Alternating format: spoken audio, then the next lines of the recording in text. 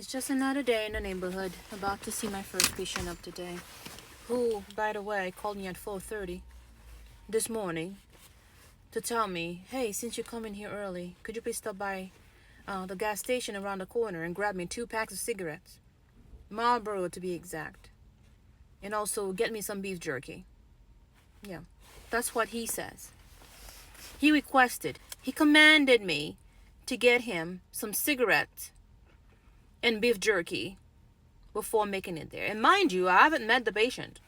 I don't know the patient at all. I've only read the health history and the reason why I'm going in there to do the admission. That's it.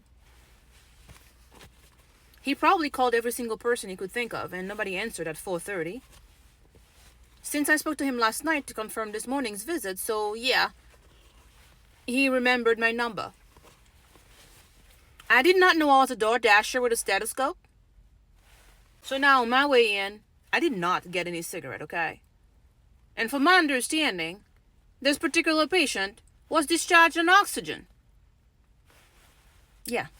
So, going in. Gotta love my patients. This is home health for you.